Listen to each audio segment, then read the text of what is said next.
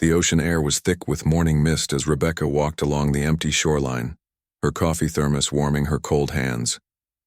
October mornings at Crescent Bay were her favorite time to be alone with her thoughts. The summer crowds were long, gone, and the beach belonged to her and the seagulls fighting over scraps near the old pier. Her dog Bailey ran ahead, his golden fur bouncing as he chased the retreating waves. Rebecca smiled watching him, grateful for these quiet moments before her day at the bookshop began.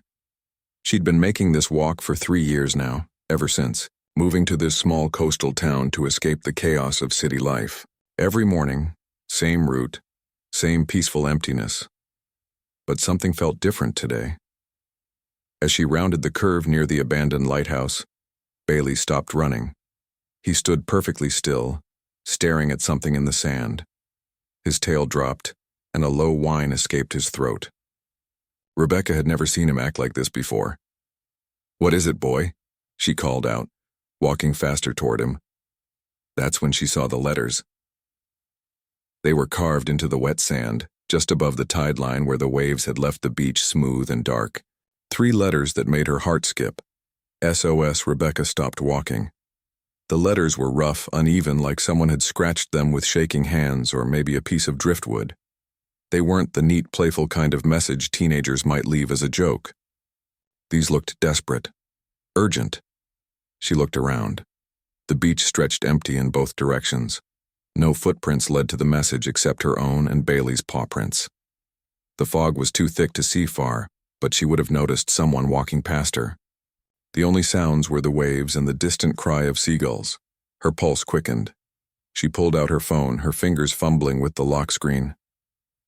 Should she call the police? But what would she even say? That someone wrote SOS in the sand? It could be nothing. Kids played on this beach all the time during summer. Maybe the message was old, just now being revealed by the shifting tides. But it was October. No kids had been here in weeks. Rebecca took a photo, trying to capture the letters before the next wave could wash them away. Through her phone screen, they looked even more haunting. The grooves were shallow but deliberate. Someone had meant this. Someone needed help. As she lowered her phone, something else caught her eye. About 20 feet away, partially buried in the sand, was a dark shape. At first, she thought it was just a clump of seaweed or trash washed up by the tide. But as she walked closer, Bailey whining nervously beside her, she realized it was a backpack. The bag was in terrible condition. Barnacles clung to the straps, and the fabric was stained with salt and covered in sand. It looked like it had been in the ocean for a very long time. Rebecca crouched down, not quite brave enough to touch it yet. Who leaves a backpack on a beach?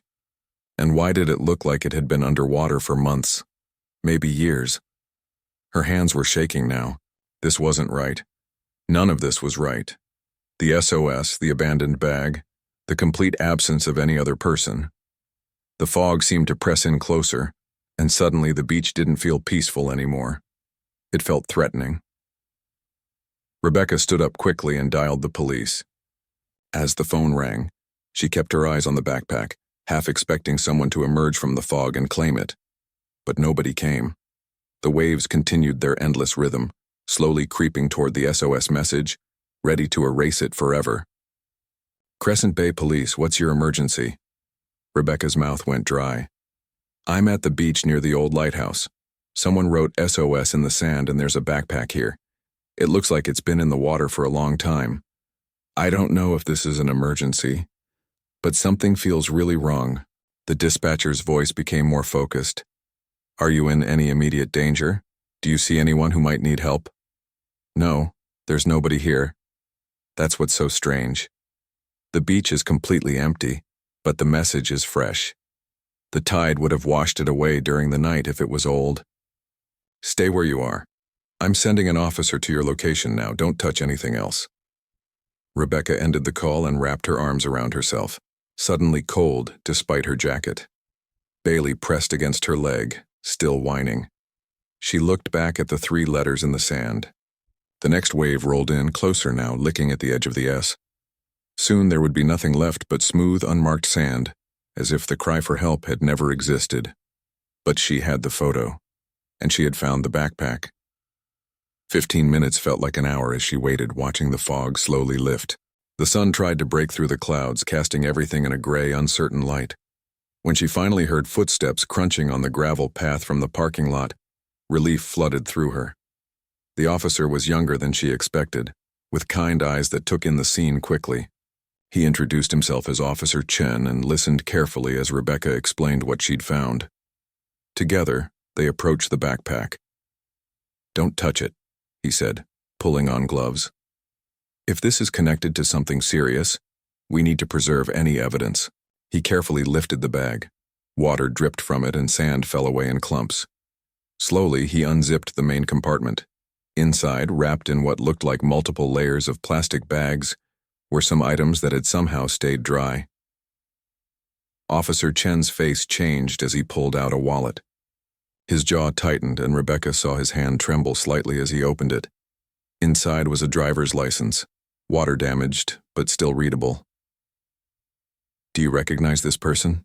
Rebecca asked quietly. The officer stared at the license for a long moment, before looking up at her, and the expression on his face made her stomach drop. "This woman," he said slowly, "disappeared 10 years ago. Everyone thought she was dead." The waves continued to roll in, and as Rebecca watched, the last traces of the SOS message vanished beneath the surf, erased as if it had never been written. But somewhere, somehow, after a decade of silence, someone was still trying to scream for help. Detective Raymond Hayes sat in the cold evidence room, staring at a name he hadn't thought about in years. Jennifer Holloway. The case file in front of him was thick, filled with witness statements, search records, and dead ends that had haunted him for a decade. He remembered the day she disappeared like it was yesterday, spring of 2015. Jennifer was 23 years old, a college student who loved hiking and photography. She'd told her roommate she was going on a solo camping trip along the coast for the weekend. Her car was found 3 days later at a trailhead parking lot. Her tent was still set up at the nearby campground, her sleeping bag neatly rolled inside. But Jennifer was gone. They'd searched for weeks. Helicopters, search dogs, volunteer groups combing every inch of the forest and coastline. Nothing. It was as if she'd simply vanished into thin air. Eventually, the case went cold. Her parents never stopped looking, never stopped calling the station, but there were no leads to follow. Most people assumed she'd had an accident, fallen from a cliff, or been swept out to sea. Now, 10 years later, her backpack had appeared on a beach 30 miles from where she'd disappeared. Raymond carefully opened the plastic evidence bag containing the items from inside the backpack. His hands were steady, but his mind was racing. The bag had protected its contents remarkably well. Inside was a journal with a worn leather cover and a cheap disposable camera, the kind nobody used anymore in this age of smartphones. He opened the journal slowly, almost afraid of what he might find. The first entry was dated April 2015, right around the time Jennifer disappeared. Her handwriting was neat and careful. Day 1 of my solo adventure. Set up camp near Crescent Bay. The sunset was incredible. I can hear the ocean from my tent. This is exactly what I needed. Raymond flipped through the pages. The early entries were normal, cheerful even. Jennifer wrote about the birds she'd seen, the trails she'd hiked, the peace she felt being alone in nature. But then the tone changed. Day 4. Something strange happened today. I went for a walk on the beach and felt like someone was watching me. When I turned around, I saw a man standing near the rocks. He didn't wave or say hello, just stood there, staring. I headed back to camp quickly. Raymond's jaw tightened. He kept reading. Day 7. He's still here.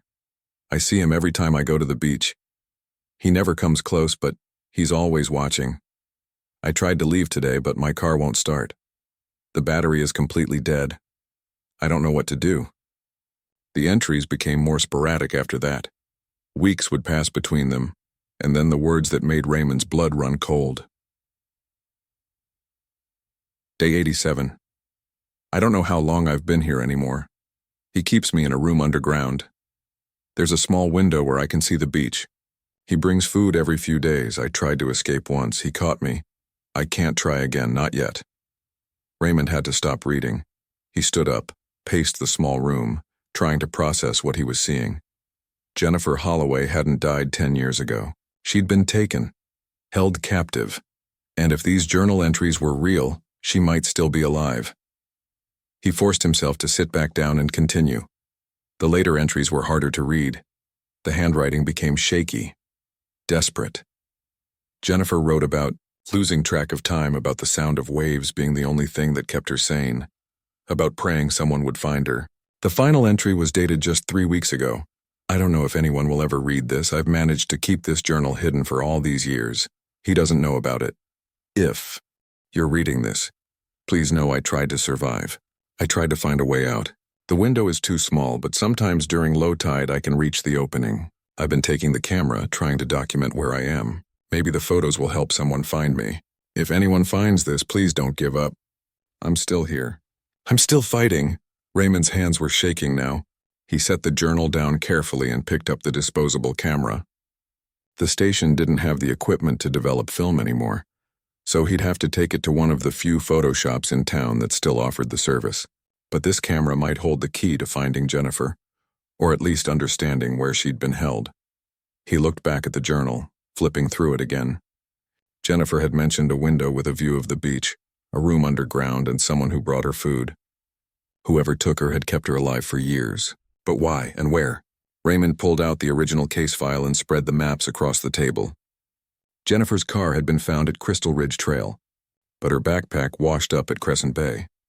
The two locations were connected by the coastline, but there were dozens of private properties, old abandoned buildings, and remote areas in between. He thought about the barnacles on the backpack. It had been in the ocean, but not necessarily the whole time. Maybe Jennifer had managed to get it to the water somehow, hoping it would wash up and someone would find it. Maybe the recent storms had dislodged it from wherever it had been trapped. His phone rang, startling him from his thoughts. It was Officer Chen from the beach. "Detective, we've got something else." Another beachgoer just called in. They found another message in the sand this morning. Same area, same style of writing. Raymond's heart pounded. What did it say? Just 2 words. "Help me." Raymond grabbed his jacket. "I'm on my way." And Chen, "I need you to pull property records for every piece of land along that coastline. Focus on foreclosed properties, abandoned buildings, anything that's been sitting empty for the last 10 years. Whoever took Jennifer Holloway might still be using that location." As he rushed to his car, Raymond thought about Jennifer's parents. They were older now, worn down by a decade of grief and unanswered questions. He'd have to call them soon, but not yet. Not until he had something more than a journal and a desperate plea carved in sand. But for the first time in 10 years, there was hope. Jennifer Holloway was alive, or at least she had been 3 weeks ago, and she was still trying to reach the outside world, still writing messages in the sand, still fighting for someone to find her. Raymond started his car and headed toward the coast, the journal's final words echoing in his mind. "I'm still here. I'm still fighting." He just prayed they weren't too late. The photographs from Jennifer's disposable camera were spread across Detective Hayes' desk like pieces of a dark puzzle. The Photoshop owner had rushed the development when Raymond explained it was part of an active investigation. Now, looking at these images, Raymond felt his stomach turn. The first few photos showed what appeared to be a small concrete room. The walls were bare and gray, with water stains running down from the ceiling. A single cot sat in the corner with a thin blanket. Metal shelves lined one wall, stacked with canned goods and bottles of water. It looked like a basement or a bunker, somewhere underground and isolated, but it was the other photos that made Raymond's pulse quicken. Several shots were taken through a small barred window, no bigger than a shoebox. Through that tiny opening, Jennifer had captured glimpses of the outside world.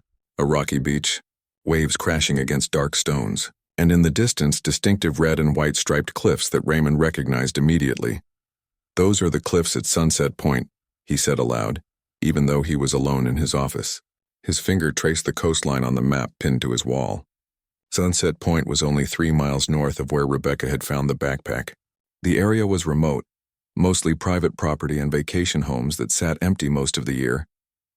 Raymond pulled up property records on his computer, his fingers flying across the keyboard. He filtered the search for Sunset Point properties that had been abandoned or foreclosed in the last decade. 3 results came up. The first was a small cottage that had been torn down 5 years ago. The second was a vacation rental that was currently occupied. The third made him stop breathing for a moment. The Brennan property. A large house perched on the cliff's edge, abandoned for the last 8 years. The owner, Howard Brennan, had died in a car accident in 2017. The property had been tied up in legal disputes over his estate ever since, sitting empty while lawyers argued over inheritance claims. Raymond grabbed his jacket and called for backup. 20 minutes later, he was standing at the rusted gate of the Brennan property with Officer Chen and 2 other officers. The driveway was overgrown with weeds, and the house itself looked like it hadn't been touched in years. Boards covered the windows and ivy crawled up the walls. "Looks abandoned," Chen said, shining his flashlight at the front door. But Raymond noticed something that made his instincts flare. In the overgrown driveway, partially hidden by tall grass, were tire tracks. Fresh tire tracks. Someone had driven through here recently and the grass was still pressed down, not yet sprung back up. "Someone's been here," Raymond said quietly, "within the last few days." They approached the house carefully, hands on their weapons. The front door was locked, but when Raymond tested it, the wood around the lock was soft with rot. One hard kick and it swung open with a groan that echoed through the empty house. Inside, dust covered everything. Furniture sat draped with sheets like ghosts. Their footsteps left prints on the dirty floor as they moved through the rooms, clearing them one by one. The house seemed genuinely abandoned. Old magazines from 2017 sat on a coffee table. A calendar on the wall was still turned to March of that year, but Raymond couldn't shake the feeling that something was wrong.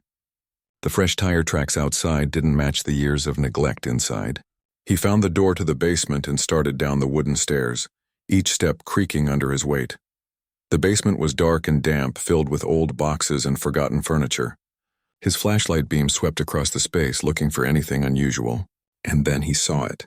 In the far corner, partially hidden behind a stack of boxes, was a metal door set into the floor. "Over here," Raymond called to the others. Together, they moved the boxes aside and pulled the door open. A ladder led down into darkness. The air that rushed up smelled stale and confined. Raymond's heart hammered as he climbed down, not knowing what he'd find. The underground room matched the photographs exactly. The concrete walls, the cot, the shelves with canned food. But Jennifer wasn't there. The room was empty. Raymond felt a crushing wave of disappointment mixed with confusion. This was definitely where she'd been held. But where was she now? He examined the room carefully. Chains were bolted to the wall, making him feel sick. A bucket in the corner served as a makeshift toilet. This had been someone's prison for years. But there were signs that someone had left in a hurry. Food cans were knocked over. The blanket on the cot was half on the floor. A cup of water sat on the shelf, still with water in it. "Detective, look at this," Chen called from near the small window. Raymond joined him and saw what Jennifer must have used to take those photos. By standing on an overturned crate, someone could just barely reach the window and see out to the beach. But it was what Chen found on the floor that changed everything. A small piece of paper folded and hidden in a crack in the concrete. Raymond opened it carefully. More of Jennifer's handwriting. "If you found this room, he's moved me. His name is Thomas Brennan, Howard's brother. Everyone thinks he died in Alaska 15 years ago, but he's alive. He's been living under a fake name. Please find me. I don't know where he's taking me, but it will be somewhere near the water. He can't stay away from the ocean. Check the caves. The tide caves north of here. Please hurry." Raymond's mind raced. Thomas Brennan. He pulled out his phone and called the station, requesting an immediate search for anyone named Thomas Brennan and any aliases connected to him. While he waited, he thought about what Jennifer had written. The tide caves, he knew exactly where she meant. About 2 miles up the coast, there was a network of sea caves that were only accessible during low tide. When the tide came in, the caves flooded completely. Local kids used to explore them years ago until someone nearly drowned and the area was posted with warning signs. His phone buzzed. The station had found something. Thomas Brennan had been declared dead in Alaska in 2010, but there was no body recovered. And there was a man living in the next town over named David Marsh who had moved to the area in 2011. The background check on David Marsh was thin, almost too clean, like someone had created a false identity. They had an address. They had a name. But as Raymond checked his watch, his blood went cold. High tide was in 3 hours. If Jennifer was in those caves, they were running out of time. Everyone back to the vehicles now, Raymond ordered, already running for the stairs. We need to get to those caves before the tide comes in. As they rushed from the property, Raymond looked back at the abandoned house on the cliff.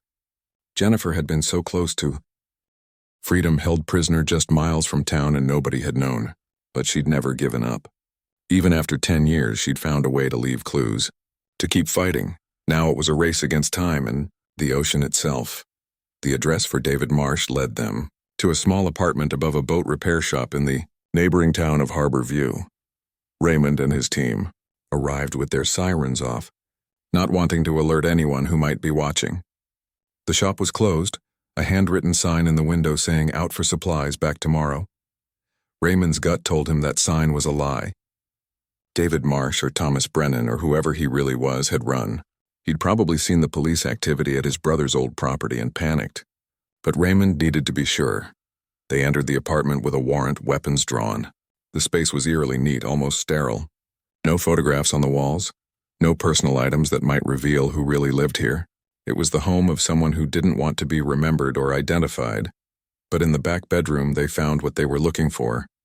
A laptop sat on a desk, still warm. Raymond's tech specialist got it running within minutes. What they found made everyone in the room go silent. Files upon files of surveillance footage. Cameras had been set up around the old Brennan property, showing different angles of the house, the driveway, the beach below. The most recent footage showed Raymond and his team entering the property just hours ago. "He's been watching us," Chen said, his voice tight with anger. "He knew the moment we found the bunker, but there was more." Raymond clicked through folders, his hands shaking with rage and disbelief. Maps of the coastal area with multiple locations marked in red, a detailed schedule showing dates and times, trips to the old property every few days over the years, and then something that made Raymond's blood run cold.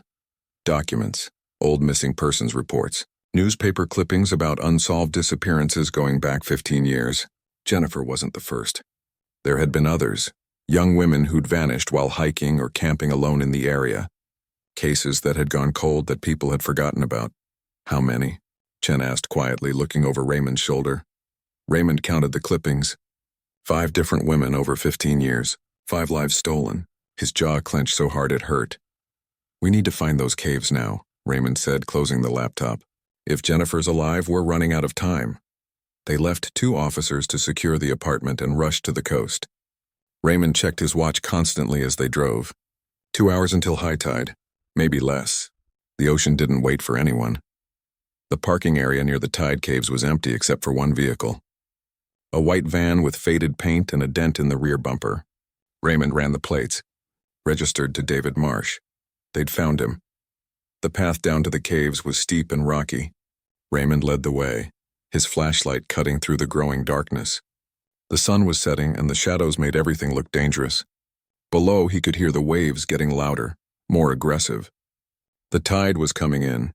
The entrance to the caves was a narrow opening between 2 large rocks. Water already pooled around the base, ankle-deep and cold.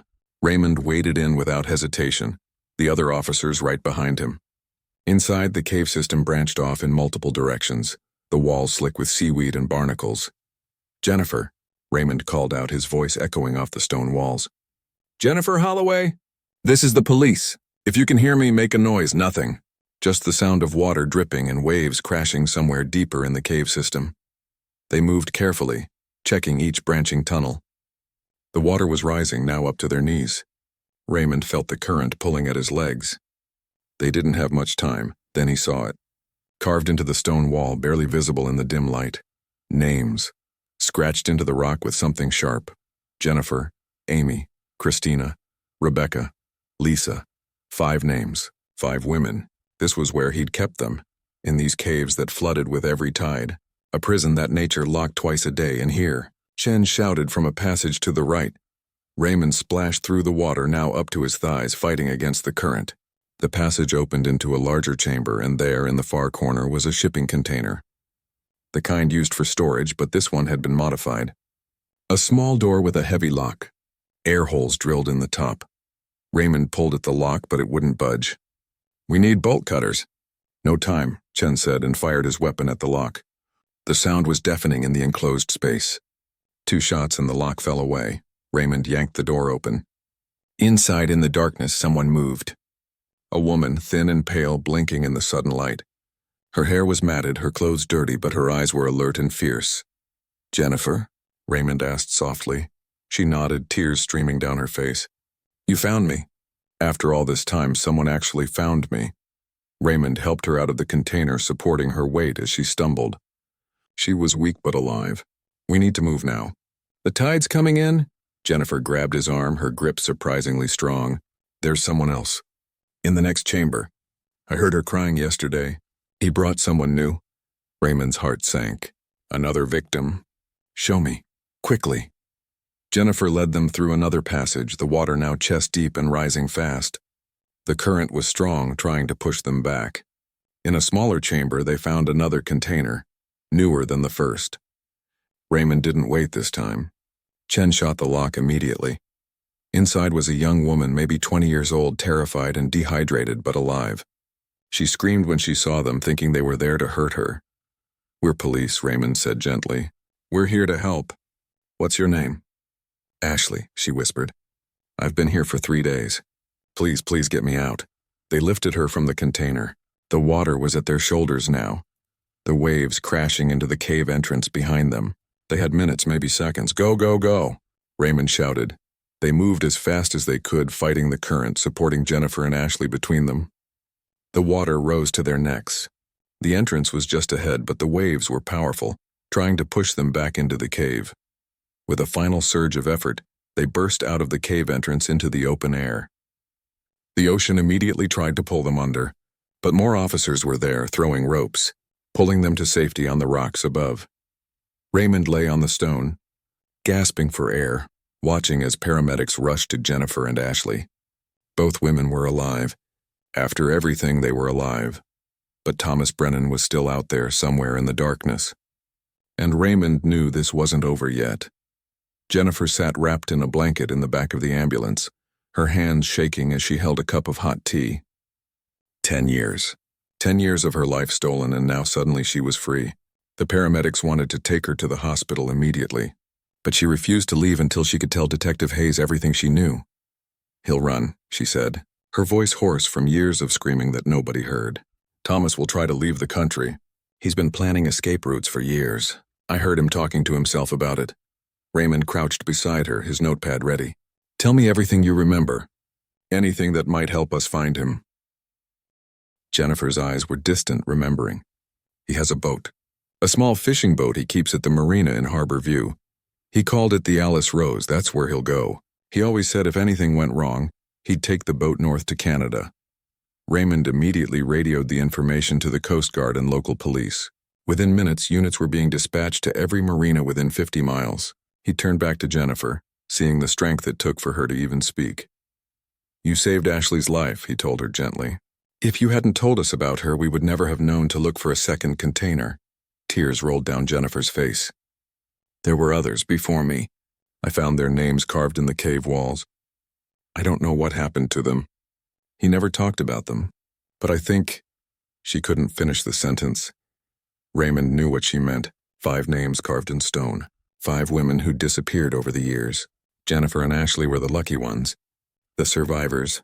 His jaw tightened with determination. Thomas Brennan would answer for every single one of them. His phone rang. It was the Coast Guard. "Detective, we've located the Alice Rose leaving Harbor View Marina. We're in pursuit." "Don't let him get to Canadian waters," Raymond ordered. "Do whatever it takes to stop that boat." He looked at Jennifer. "We found him. The Coast Guard is bringing him in right now." For the first time since he'd met her, Jennifer smiled. It was a small, tired smile, but it was real. "Good, I want to see his face when they arrest him. I want him to know that I won." 3 hours later, Raymond stood at the harbor watching as the Coast Guard vessel pulled up to the dock. Thomas Brennan was in handcuffs, flanked by officers. He was a thin man in his 50s with graying hair and cold eyes that showed no emotion. He looked so ordinary, like someone you'd pass on the street without a second glance. That's what made him so dangerous. As they led him past Raymond, Thomas looked up. "I want a lawyer. You'll get one," Raymond said calmly. "Right after we charge you with kidnapping, false imprisonment, and murder." "We found the caves, Thomas. We found everything. For just a moment, something flickered in Thomas's eyes. Fear. Then it was gone, replaced by that blank stare. But Raymond had seen it. The man who'd controlled everything for 15 years had finally lost control. The investigation that followed would take months. Dive teams searched the waters around the caves looking for evidence of the other missing women. They found remains, personal belongings, things that confirmed what everyone already feared. Jennifer had been the only one he'd kept alive long term. The others hadn't survived. But that wasn't the end of Jennifer's story. It was just the beginning of a new chapter. 6 months later, Raymond sat in a coffee shop across from Jennifer. She looked different now. Healthy. Her hair was cut and styled, and she'd gained back the weight she'd lost. But more than that, there was a light in her eyes that hadn't been there before. Hope. "My parents still can't believe I'm really here," Jennifer said, wrapping her hands around her coffee cup. "Mom cries every time she sees me." Happy tears, but still. "I keep telling her I'm okay." "Are you?" Raymond asked, gently. "Okay, I mean, that's a hard thing to come back from." Jennifer was quiet for a moment, thinking, "I have nightmares. Probably always will. And I jump at loud noises. The therapist says that's normal, that it'll get better with time. But you know what? I'm alive. I'm here. I get to see sunsets again, eat my favorite foods, hug my family. For 10 years, I didn't think I'd ever have that." She pulled something from her bag. It was her old journal, the one that had been in the backpack. "I've been reading through this, looking at who I was back then. That 23-year-old girl who loved hiking and thought she was invincible. You were invincible," Raymond said. "You survived 10 years that would have broken most people. You never gave up. You kept writing those SOS messages in the sand even when it seemed hopeless." Jennifer smiled. "You want to know the crazy thing? I wrote those messages almost every day for years. Hundreds of times. And Rebecca found it on the one day when the tide and timing were just right. If she'd walked her dog an hour later, the message would have been gone. If she'd taken a different route, she never would have seen it. Sometimes I think about all those messages that got washed away, all those calls for help that nobody saw. But it only took one. One message, one person who cared enough to call the police." Raymond thought about that. One message out of hundreds. One person who paid attention. That's all it took to break a decade of silence. "What are you going to do now?" he asked. Jennifer's eyes lit up. "Live, really live. I'm going back to school to finish my degree. And I'm working with a victims advocacy group helping other survivors. Ashley and I talk every week. We're helping each other heal." She paused, then added, "And I'm writing a book. About survival, about hope, about never giving up even when everything seems impossible." Raymond smiled. "I'll buy the first copy." They talked for another hour about everything and nothing. About Jennifer's plans, her dreams, all the things she'd thought about during those long years in captivity. When they finally said goodbye, Raymond watched her walk away down the street, just another person going about their day. Nobody passing her would know what she'd survived, what she'd endured. Later that evening, Raymond went back to Crescent Bay Beach. The same beach where Rebecca had found that SOS message 6 months ago. The sun was setting, painting the sky in shades of orange and pink. The tide was coming in, slowly erasing footprints in the sand. He thought about all the messages Jennifer had written that nobody saw. All those desperate pleas that the ocean had swallowed, but one had survived long enough to be found. One message had changed everything. Raymond knelt down and wrote something in the sand with his finger. Just 2 words. Never quit. He stood up and walked away, knowing the tide would erase it soon. But that was okay. The message wasn't for him anyway. It was for everyone who was still fighting, still hoping, still writing their own SOS messages in whatever form they took. Because sometimes, against all odds, someone sees, someone cares, someone comes to help, and that makes all the difference.